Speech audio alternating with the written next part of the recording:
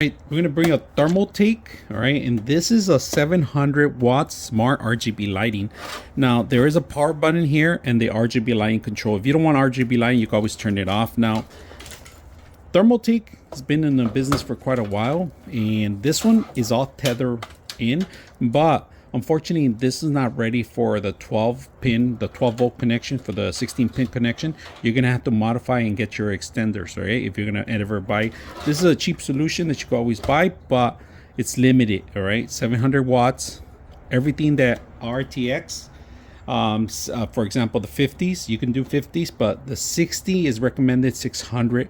So we're about in the center, but if you go anything RTX 5080, then you're going to require higher power. 5080 and 90 at least minimum is 1,000 watts, so just be aware about that. This will be probably for like a test bench or really basic computer that you're not going to have too much stuff. Now RGB lighting is going to take some power, fans, all that. Just be accommodating.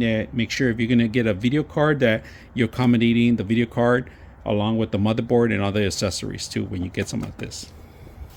Do have accessory extra accessive cables.